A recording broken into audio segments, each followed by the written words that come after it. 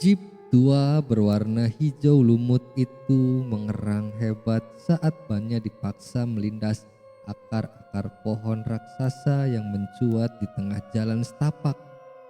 Sudah 6 jam sejak mereka meninggalkan jalan aspal terakhir, dan kini peradaban terasa seperti mimpi yang sangat jauh. Holil, kau yakin tidak salah baca peta? Rian bertanya untuk yang ke-10 kalinya. Suaranya bergetar, seirama dengan guncangan mobil. Dia mencengkeram pegangan di atas pintu hingga buku jarinya memutih. Sinyal GPS mati total sejak kita melewati sungai tadi.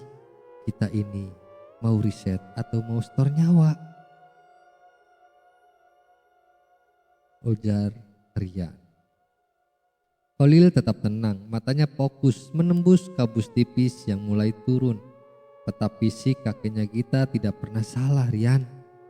Desa Sukma ada di depan. Secara geografis, desa ini terjepit di antara dua tebing yang membentuk celah sempit. Itulah kenapa dia tidak terlihat dari satelit. Di kursi tengah, Gita sedang memangku sebuah buku catatan tua bersampul kulit yang sudah mengelupas. Bukan cuma soal letak geografisnya, saut Gita tanpa mengalihkan pandangan dari catatan itu. Kakekku menulis bahwa desa ini memilih siapa yang boleh masuk. Di tahun 1984, beliau menemukan bahwa hasil panen di sana 10 kali lipat lebih banyak daripada desa tetangga. Padahal tanahnya berbatu. Ada sesuatu yang mereka sembunyikan. Hasan yang duduk di samping Gita sibuk membersihkan lensa kameranya. Dan jangan lupa tentang gadis itu, Git. Melati. Catatan kakekmu bilang dia mati setahun yang lalu, tapi tidak ada catatan kepolisian. Jika benar ada pembunuhan yang ditutupi, foto-fotoku akan menjadi bukti yang sangat mahal. Siti yang sejak tadi terdiam sambil menatap keluar jendela tiba-tiba bergidik. Holil, berhenti, bisiknya. Ada apa, Ti? Holil memperlambat laju mobil. Baunya, kalian menciumnya? Siti menutup hidungnya. Bukan bau hutan, ini bau bunga melati, tapi bercampur dengan sesuatu yang busuk, seperti daging yang tertimbun lama. Semua terdiam. Saat itu juga kabut di depan mereka tersingkap, memperlihatkan sebuah gapura raksasa yang terbuat dari jalinan akar pohon beringin yang mati. Di puncak gapura itu terikat sebuah boneka jerami kecil yang mengenakan pakaian putih kusam. Holil menghentikan mobil tepat di bawah gapura. Keheningan yang turun sangat tidak alami. Tidak ada suara burung, tidak ada suara jangkrik. Hanya deru mesin jeep yang terdengar seperti gangguan kasar di tempat itu. Tiba-tiba seorang pria tua muncul dari balik batang pohon besar. Ia mengenakan caping lebar yang menutupi separuh wajahnya. Tangannya yang keriput memegang sebuah arit besar yang berkarat. Tamu. Siapa pria itu? Seperti gesekan amplas pada kayu. Holil turun dari mobil, mencoba bersikap sopan. Selamat sore kakek, kami mahasiswa dari kota, ingin bertemu Pak Kades. Kami ingin meneliti tradisi pertanian di sini. Pria tua itu mengangkat wajahnya sedikit. Satu matanya berwarna putih keruh karena katarak, menatap Holil dengan tatapan yang kosong namun mengancam. Ia melirik ke arah kursi belakang, tepat ke arah Siti yang sedang memandanginya. Pertanian. Pria itu tertawa kecil, suara tawa yang lebih mirip rintihan. Di sini kami tidak menanam padi dengan pupuk biasa, nak. Kami menanamnya dengan janji, dan hari ini janji itu sudah genap 1 tahun. Ia menunjuk ke arah desa yang mulai terlihat di lembah bawah. Rumah-rumah di sana terlihat sangat mewah untuk ukuran desa terpencil. Tembok kokoh, atap genteng mengkilap, dan lumbung-lumbung yang penuh meluap. Namun di setiap pintu rumah tergantung kain hitam panjang, tanda berkabung. "Masuklah," lanjut pria itu sambil menyingkir dari jalan. "Tapi ingat satu hal, jangan pernah menoleh jika mendengar suara dansa di malam hari, karena jika kau melihatnya, dia akan menganggapmu sebagai pasangannya." Pria itu menghilang kembali ke dalam kabut. Sebelum Holil sempat bertanya lebih lanjut, "Holil, ayo kita putar balik, kumohon." Isak Siti pelan. Perasaannya mengatakan bahwa mereka bukan sekedar datang untuk riset, tapi masuk ke dalam mulut sebuah jebakan yang sudah menunggu selama 1 tahun penuh. Holil menelan ludah. Ia merasa tanggung jawab besar di pundaknya. "Sudah terlanjur Siti, kita masuk, temui Pak Kades dan cari tahu apa yang sebenarnya terjadi pada Melati." Jeep itu kembali melaju, menuruni lembah menuju desa Sukma. Sementara di atas gapura, boneka jerami itu perlahan-lahan mulai bergoyang sendiri, seolah-olah sedang melambaikan tangan menyambut kedatangan mereka. Desa Sukma bukanlah pemukiman kumuh yang dibayangkan Rian. Saat Jeep Holil meluncur pelan di jalan desa, mereka disambut oleh deretan rumah panggung besar yang terbuat dari kayu jati berkualitas terbaik, dengan ukiran-ukiran rumit yang biasanya hanya ditemukan di istana. Namun kemewahan itu terasa mati. Tidak ada anak-anak yang bermain di halaman, tidak ada warga yang bercengkerama di teras. Yang ada hanyalah mata-mata yang mengintip dari balik celah tirai rapat, memandang mereka seolah mereka adalah wabah yang datang mendahului badai. "Ini gila," bisik Hasan sambil memegang kamera di pangkuannya. Ia tidak berani memotret. Rumah-rumah ini harganya miliaran, tapi lihat orang-orang itu, mereka terlihat seperti mayat hidup. Mereka berhenti di depan sebuah rumah yang paling megah di ujung jalan. Seorang pria bertubuh tambun dengan kemeja batik sutra keluar menyambut. Itulah Pak Kades. Senyumnya lebar, namun matanya tidak ikut tersenyum. Mata itu gelisah, terus-menerus menarik ke arah bayangan pepohonan. "Selamat datang anak-anak muda terpelajar." Suara Pak Kades berat dan berwibawa. "Jarang sekali ada tamu yang sudi menembus hutan hanya untuk mengunjungi desa kecil kami." "Terima kasih atas sambutannya Pak," jawab Holil sambil menyalami pria itu. Ia merasakan tangan Pak Kades sangat dingin dan lembab oleh keringat. Mereka dipandu masuk ke ruang tamu yang luas.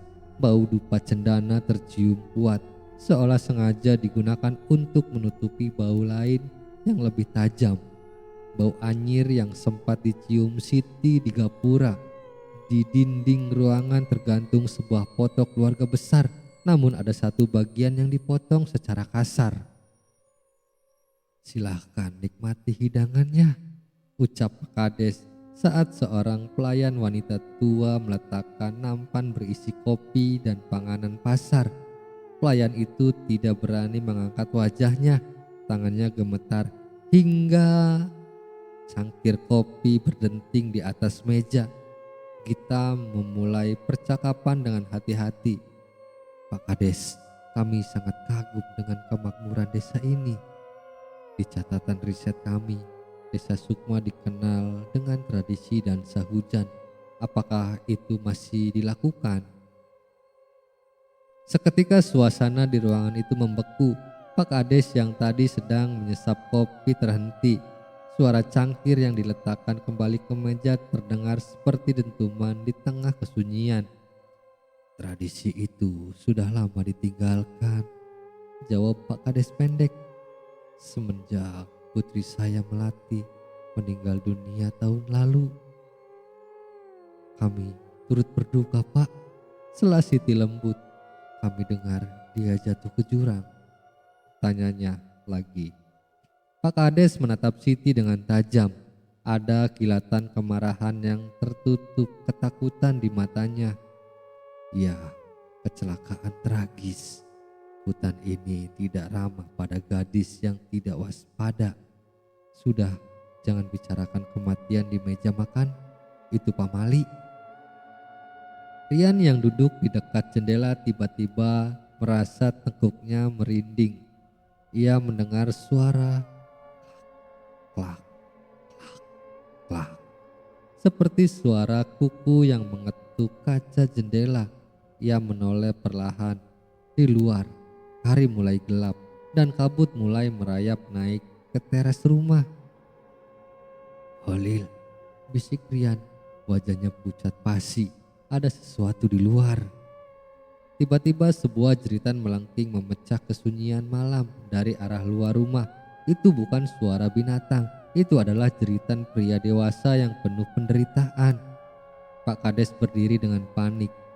Parang yang tadi bersandar di dinding segera ia raih. Holil dan kawan-kawan berlari menuju jendela dan pintu. Di bawah lampu jalan yang temaram, mereka melihat pemandangan yang akan menghantui mimpi mereka selamanya. Seorang pria desa, salah satu warga yang tadi mengintip mereka, sedang tersungkur di tengah jalan tanah. Di atas punggungnya, sesosok wanita berpakaian putih compang-camping tampak berjongkok. Rambut wanita itu sangat panjang, menyapu tanah dan basah kuyup oleh lumpur hitam. Wanita itu atau makhluk itu memutar kepalanya 180 derajat ke arah rumah Pak Kades. Wajahnya pucat pasi dengan mata yang hanya menyisakan sebagian putihnya saja. Mulutnya menganga lebar, mengeluarkan cairan hitam yang menetes ke punggung pria di bawahnya. "Melati," desis Pak Kades dengan suara yang nyaris tak terdengar. Makhluk itu mulai mencakar punggung pria tersebut dengan kuku-kukunya yang panjang, seolah sedang mencari sesuatu di dalam daging pria itu. Sang pria berteriak meminta tolong, namun tidak ada satupun warga desa yang berani keluar rumah. Mereka justru mematikan lampu rumah masing-masing, meninggalkan pria itu sendirian dalam kegelapan bersama sang arwah. "Kita harus menolongnya," teriak Holil hendak membuka pintu. "Jangan!" Pak Kades menahan pintu dengan kuat. Wajahnya penuh peluh. "Jika kau keluar sekarang, kau bukan hanya menyelamatkannya, tapi kau memberikan dirimu sendiri untuk ikut ditarik ke dalam sumur." Siti jatuh terduduk. Ia menutup telinganya karena suara tangisan makhluk itu kini berubah menjadi senandung diri yang sangat merdu, namun terdengar sangat mengerikan. Di tengah suara robekan daging yang mulai terdengar jelas, malam baru saja dimulai, dan kelima sahabat itu menyadari bahwa mereka kini terjebak di dalam sebuah desa yang sedang membayar hutang darah kepada seorang gadis yang tidak pernah tenang di alam kuburnya. Suasana di dalam rumah Pak Kades berubah menjadi pengap. Bau dupa yang tadinya menenangkan kini terasa mencekik, bercampur dengan bau anyir yang semakin tajam di luar. Suara jeritan pria tadi telah lenyap, digantikan oleh suara seretan sesuatu yang berat di atas tanah berbatu. Sluk, sluk, sluk. Dia sedang menyeretnya ke hutan, bisik Pak Kades sambil menyandarkan tubuhnya ke pintu utama yang sudah dikunci rapat dengan tiga selot besi. Ia gemetar, namun tangannya masih menggenggam parang. Jangan ada yang menyalakan lampu. Cahaya hanya akan membuatnya marah. Holil memberi isyarat kepada teman-temannya untuk berkumpul di sudut ruangan. Dalam kegelapan, hanya cahaya dari layar kamera Hasan yang sedikit menerangi wajah-wajah mereka yang pucat. "Kita tidak bisa diam saja di sini," bisik Holil dengan nada tegas namun rendah. "Pak Kades sudah gila. Kita harus cari jalan keluar lain, atau setidaknya senjata." "Aku butuh ke kamar mandi," gumam Siti Suaranya hampir hilang karena syok. Gita memegang tangannya. Aku temani.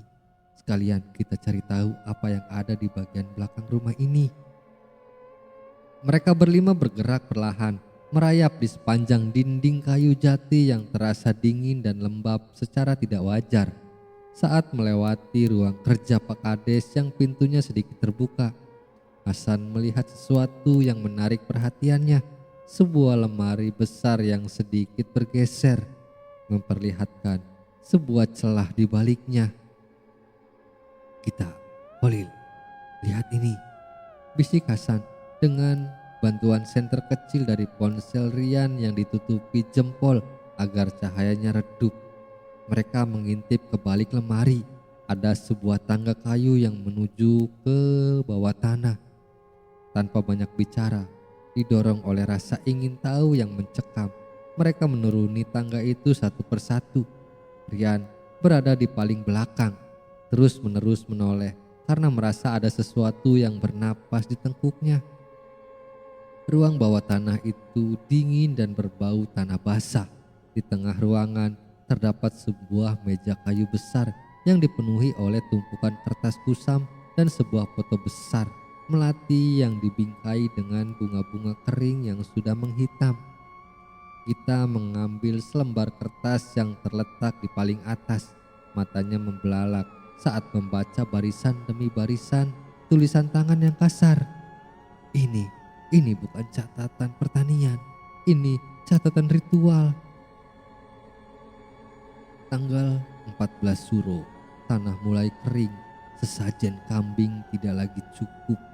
Penunggu sumur meminta bunga desa. Jika tidak diberikan, seluruh kemakmuran Sukma akan ditarik kembali dalam semalam. Gita membaca dengan suara bergetar. Lihat ini. Hasan menunjukkan beberapa foto yang ia temukan di dalam laci. Foto-foto itu diambil secara sembunyi-sembunyi. Foto melati yang sedang menangis di rantai di sebuah tiang di tengah hutan. Dan foto terakhir, foto Pak Kades sendiri yang sedang memegang sebuah paku kuningan panjang di atas kepala melati yang bersimpah darah. Dia tidak jatuh ke jurang, bisik Siti dengan air mata mengalir. Ayahnya sendiri yang membunuhnya. Mereka semua melakukannya demi uang dan rumah mewah ini. Tiba-tiba suara langkah kaki berat terdengar dari atas mereka. Duk, duk, duk. Kalian di bawah sana? Hah? Suara Pak Kades menggelegar. Tidak lagi terdengar ramah. Suaranya dipenuhi kegilaan. Kalian anak-anak kota yang terlalu banyak tahu. Kalian pikir kenapa jalanan menuju sini tidak pernah ada di peta? Karena tidak ada yang pernah kembali setelah masuk ke desa Sukma. Pintu ruang bawah tanah dibanting hingga terkunci dari luar. Mereka terjebak. Rian mulai menangis tanpa suara, namun tiba-tiba ia terdiam saat melihat ke arah sudut ruangan yang gelap. Teman-teman, lihat itu. Dari celah-celah dinding tanah di ruang bawah tanah itu mulai keluar cairan hitam yang kental.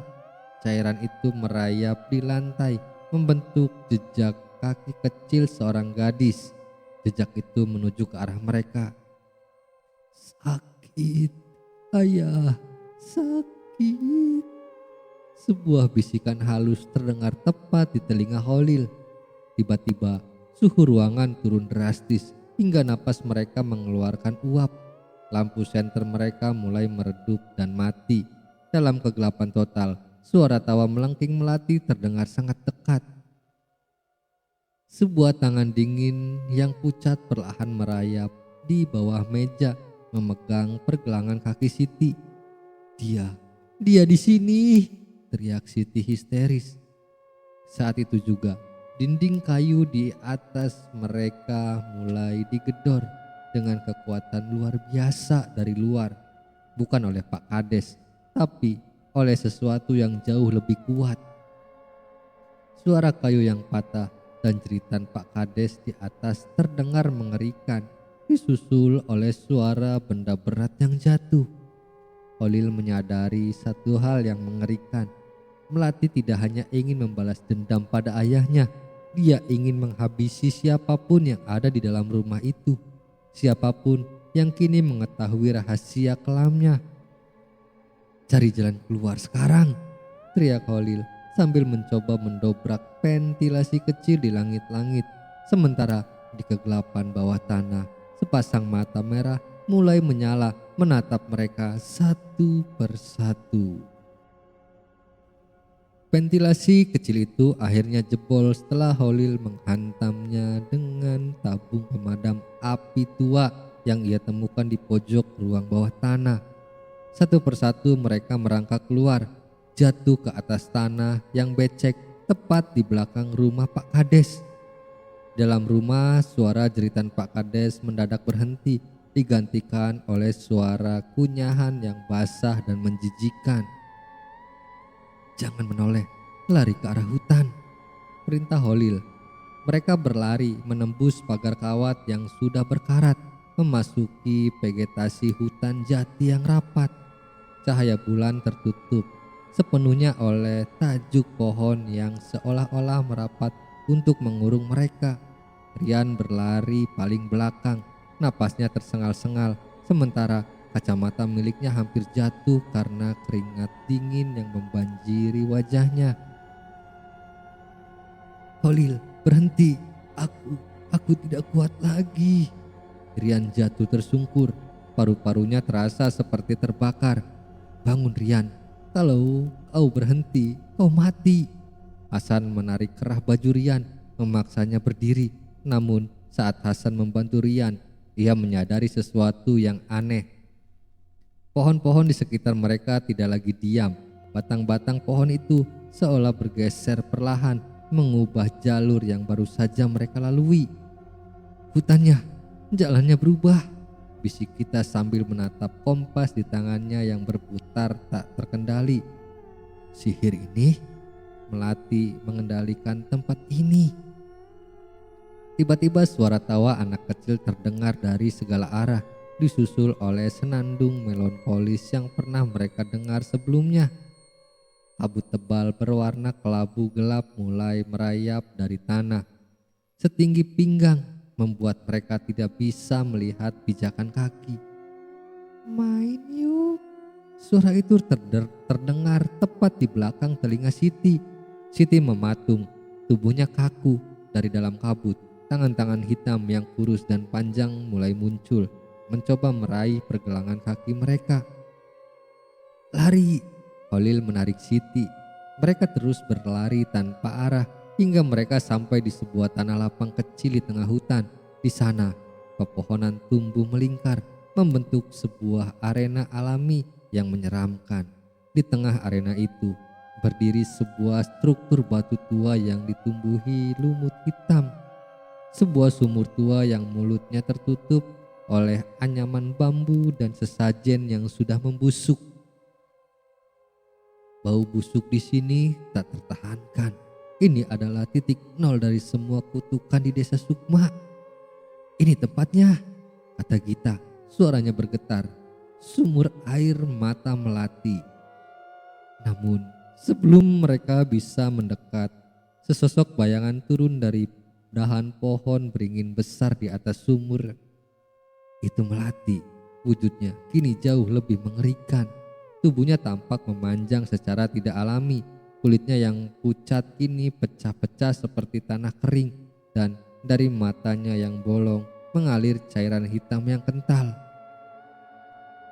Ia mendarat dengan posisi merangkak.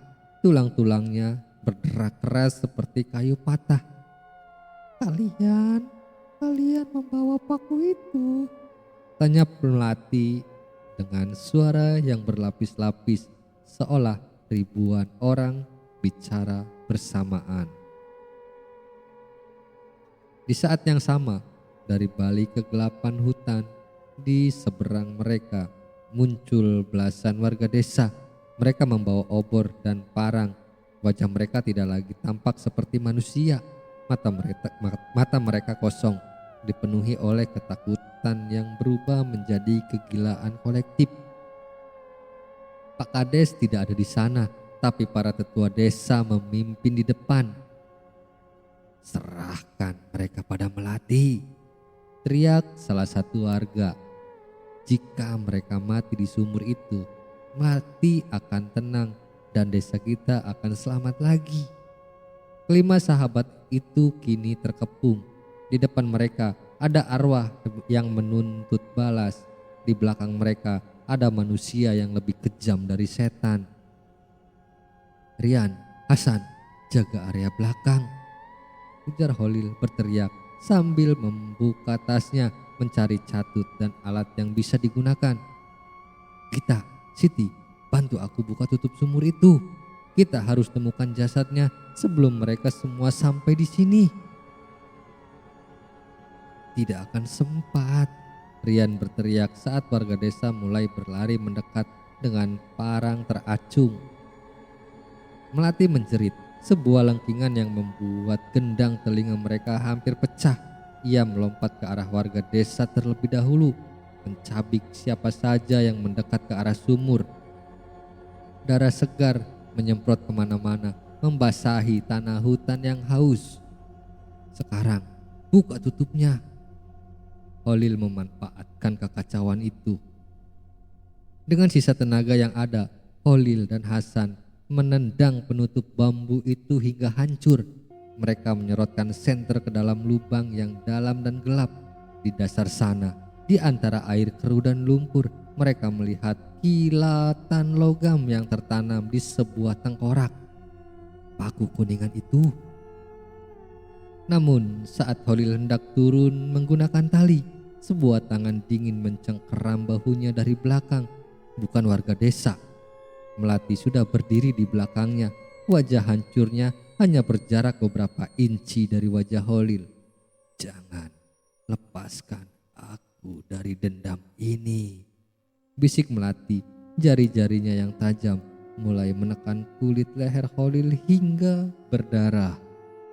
Di sisi lain, dunia seolah melambat saat kuku-kuku tajam Melati mulai merobek kulit leher Holil. Darah hangat mengalir, namun Holil tidak menyerah pada rasa takut. Dengan gerakan cepat, ia menghantamkan senter berat di tangannya ke arah wajah hancur makhluk itu. "Sekarang, turunkan aku," teriak Holil kepada Hasan dan Rian. Hasan dan Rian mencengkeram tali tambang dengan sekuat tenaga, sementara Gita dan Siti berdiri di depan mulut sumur memegang kayu besar untuk menghalau warga desa yang mulai mendekat. Warga desa itu seperti zombie, bergerak tanpa akal, hanya didorong oleh keinginan primitif untuk memberikan tumbal baru agar harta mereka tidak hilang. "Jangan biarkan dia menyentuh jasadnya," teriak seorang tetua desa sambil mengayunkan parang. Rian yang selama ini selalu gemetar, tiba-tiba berdiri tegak di depan tali. Saat seorang warga mencoba memotong tali Holil, Rian menerjang pria itu dengan bahunya. "Kalian tidak akan membunuh siapapun lagi hari ini," teriak Rian. Suaranya menggelegar di tengah hutan. Untuk pertama kalinya, rasa marah mengalahkan rasa takutnya.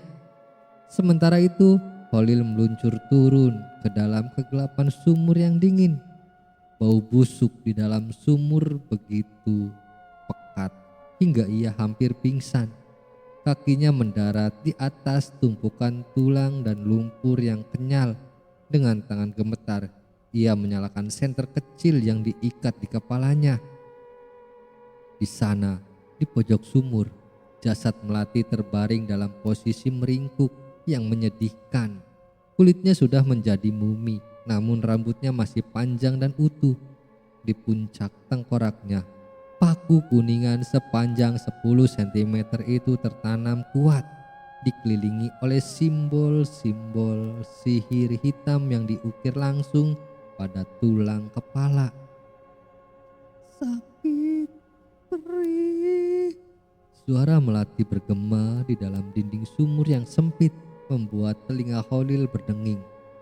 Di atas pertarungan pecah, Hasan menggunakan lampu flash kameranya untuk membutakan mata warga sejenak, sementara Siti dan Gita mendorong kayu-kayu besar untuk menghalangi jalan arwah Melati yang berada di atas. Tampak terpecah fokusnya antara menyerang warga dan mencoba turun ke dalam sumur untuk menghentikan Khalil. "Cepat Khalil, kami tidak bisa menahan mereka lebih lama lagi," jerit Gita saat sebuah obor dilemparkan warga dan mulai membakar semak di sekitar mereka. Khalil mengeluarkan catut besi dari tasnya. Ia berlutut di samping jasad Melati. "Maafkan aku Melati, ini akan menyakitkan, tapi setelah ini kau akan bebas," bisik Khalil. Ia menjepit kepala paku itu. Paku itu terasa sangat panas, seolah-olah memiliki nyawa sendiri yang menolak untuk dilepaskan. Khalil menariknya dengan sekuat tenaga. Paku itu tidak bergerak. Arwah Melati di atas sumur menjerit histeris. Sebuah gelombang suara yang membuat warga desa terpental dan pepohonan di sekitar sumur tumbang. Ia terjun masuk ke dalam sumur, melayang turun dengan kecepatan tinggi menuju Khalil dengan mulut menganga lebar. "Sekarang atau tidak sama sekali," Khalil berteriak. Ia menginjak dada jasad itu untuk memberikan daya ungkit maksimal dan menarik catutnya dengan seluruh sisa tenaganya. Dan kling, paku kuningan itu tercabut. Bunyinya seperti denting lonceng yang memecah keheningan alam semesta. Seketika arwah Melati yang tadinya hanya berjarak beberapa inci dari wajah Khalil membeku di udara. Cahaya putih yang lembut mulai keluar dari lubang di tengkorak jasadnya, menyebar ke seluruh ruang sumur. Cairan hitam yang menyelimuti tubuh arwah Melati lurus seperti lumpur yang tersapu hujan bersih. Wajah monster itu perlahan berubah. Kulitnya yang pecah-pecah menjadi halus, matanya yang bolong kembali menjadi mata seorang gadis muda yang cantik dan penuh kedamaian. Ia tidak lagi menyerang. Ia menatap Khalil, lalu menatap ke atas ke arah teman-teman Khalil yang sedang mengintip dari bibir sumur. "Terima kasih telah mendengar tangisanku," bisik Melati. Suaranya kini murni, semerdu embun pagi. Sosoknya perlahan memudar menjadi butiran cahaya yang melayang naik, melewati teman-teman Khalil dan terus membumbung tinggi ke langit. Subuh yang mulai memerah. Bersamaan dengan hilangnya cahaya itu, warga desa yang tadinya beringas tiba-tiba jatuh lemas. Rumah-rumah mewah di desa Sukma yang mereka lihat sebelumnya mulai retak dan runtuh satu persatu. Sihir kemakmuran itu telah hancur bersama tercabutnya paku tersebut. Khalil ditarik ke atas oleh teman-temannya. Mereka berlima berdiri terengah-engah, bersimbah peluh dan darah, menyaksikan matahari terbit di ufuk timur. Desa Sukma kini bukan lagi desa yang makmur. Yang tersisa hanyalah puing-puing kayu tua dan tanah kering. Para warga desa terduduk lemas di tanah, menyadari bahwa semua kekayaan mereka telah sirna dan mereka kini harus menghadapi kenyataan pahit atas dosa-dosa mereka di hadapan hukum manusia. "Kita harus pergi," kata Khalil sambil memegang bahu Siti yang masih terisak. Mereka berjalan kaki meninggalkan hutan itu. Saat fajar mulai terang, di kejauhan jeep mereka yang tadinya mati, kini mesinnya menyala sendiri, seolah-olah hutan itu sendiri yang mengantarkan mereka pulang. Saat mereka masuk ke dalam mobil, Hasan melihat ke arah kaca spion. Di bawah pohon beringin gapura, ia melihat sosok gadis mengenakan kebaya putih bersih berdiri sambil tersenyum tipis. Gadis itu melambaikan tangan lalu perlahan menghilang di telan cahaya matahari. "Kita berhasil kawan-kawan," bisik kita sambil menutup buku catatan kakeknya. "Rahasia ini tidak akan pernah terkubur lagi." Jeep itu melaju meninggalkan desa Sukma, membawa mereka pulang. 5 pahlawan yang telah menyelesaikan tugas yang gagal diselesaikan oleh generasi sebelumnya, memberikan keadilan bagi jiwa yang dikhianati. Terima kasih untuk teman-teman semua yang sudah mengikuti petualangan 5 sahabat mereka ini, dan petualangan mereka berlanjut ke misteri baru di desa atau kota lainnya.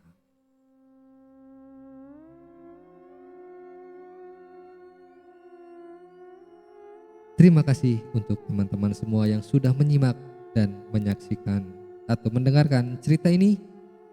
Seperti biasa, kami mohon dukungannya kepada teman-teman semua dengan membantu mendukung channel ini dengan cara klik subscribe, like, komen, dan juga share ke media sosial teman-teman semua. Dan sekali lagi saya ucapkan banyak-banyak terima kasih. Wabillahi taufiq wal hidayah. Wassalamualaikum warahmatullahi wabarakatuh.